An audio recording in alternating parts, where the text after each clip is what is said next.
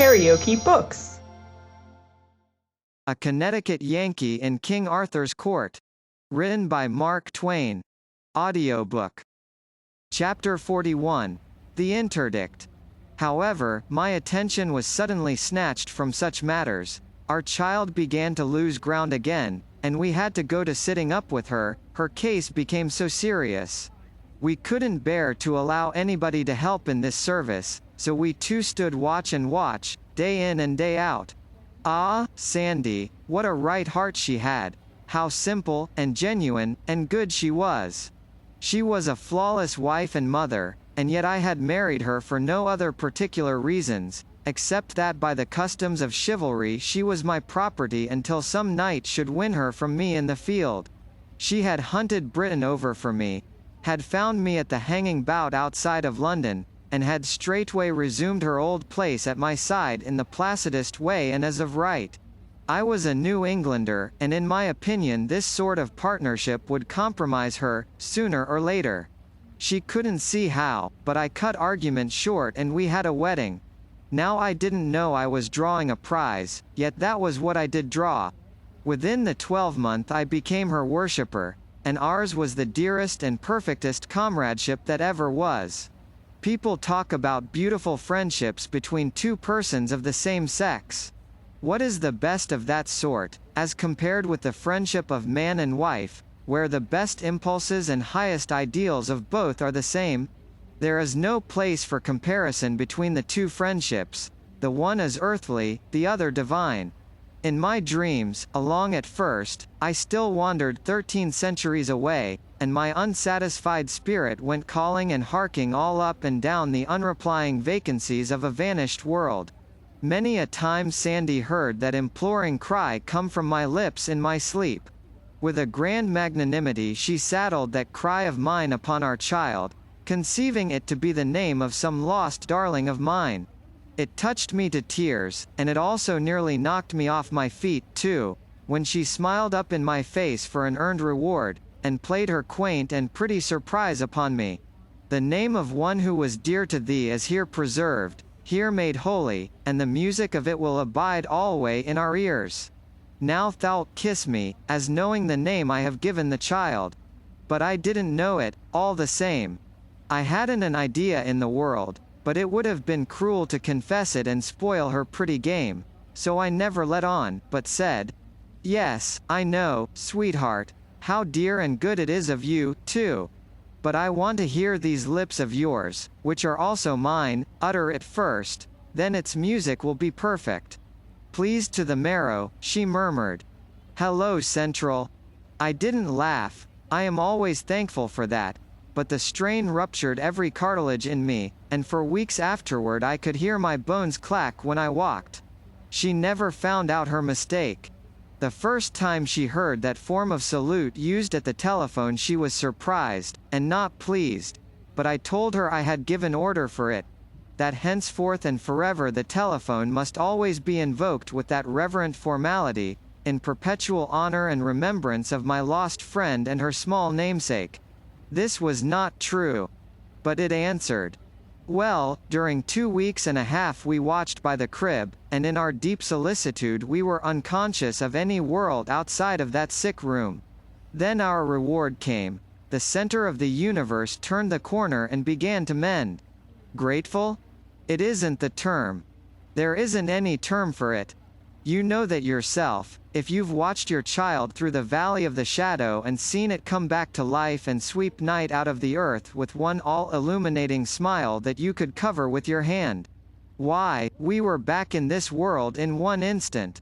Then we looked the same startled thought into each other's eyes at the same moment. More than 2 weeks gone, and that ship not back yet. In another minute I appeared in the presence of my train. They had been steeped in troubled bodings all this time, their faces showed it.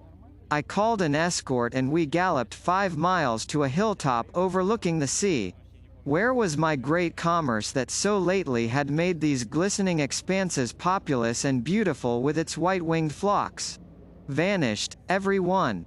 Not a sail, from verge to verge, not a smoke bank, just a dead and empty solitude, in place of all that brisk and breezy life. I went swiftly back, saying not a word to anybody. I told Sandy this ghastly news. We could imagine no explanation that would begin to explain. Had there been an invasion? An earthquake? A pestilence? Had the nation been swept out of existence? But guessing was profitless. I must go, at once. I borrowed the King's Navy, a ship no bigger than a steam launch, and was soon ready. The parting, ah, yes, that was hard. As I was devouring the child with last kisses, it brisked up and jabbered out its vocabulary. The first time in more than 2 weeks, and it made fools of us for joy. The darling mispronunciations of childhood. Dear me, there's no music that can touch it, and how one grieves when it wastes away and dissolves into correctness, knowing it will never visit his bereaved ear again. Well, how good it was to be able to carry that gracious memory away with me. I approached England the next morning, with the wide highway of salt water all to myself. There were ships in the harbour, at Dover, but they were naked as to sails, and there was no sign of life about them.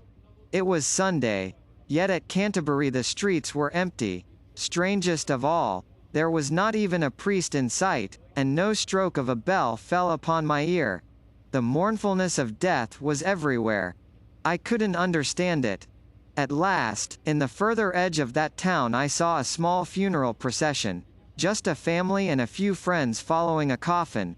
No priest. A funeral without bell, book, or candle.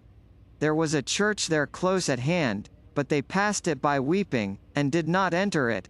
I glanced up at the belfry, and there hung the bell, shrouded in black, and its tongue tied back. Now I knew. Now I understood the stupendous calamity that had overtaken England. Invasion? Invasion is a triviality to it. It was the interdict. I asked no questions. I didn't need to ask any. The church had struck. The thing for me to do was to get into a disguise, and go warily. One of my servants gave me a suit of clothes, and when we were safe beyond the town I put them on, and from that time I travelled alone.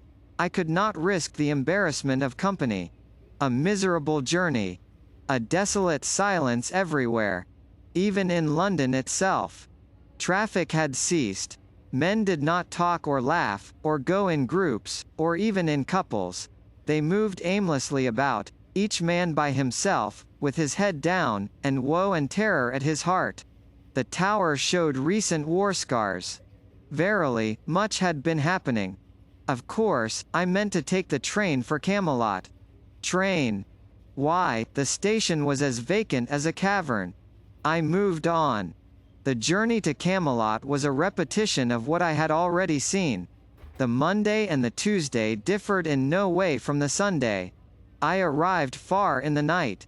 From being the best electric-lighted town in the kingdom and the most like a recumbent sun of anything you ever saw, it was become simply a blot upon darkness. That is to say, it was darker and solider than the rest of the darkness, and so you could see it a little better.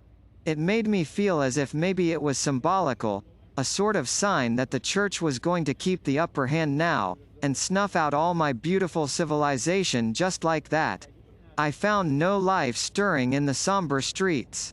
I groped my way with a heavy heart. The vast castle loomed black upon the hilltop, not a spark visible about it. The drawbridge was down, the great gate stood wide. I entered without challenge, my own heels making the only sound I heard, and it was sepulchral enough, in those huge vacant courts. KaraokeBooks.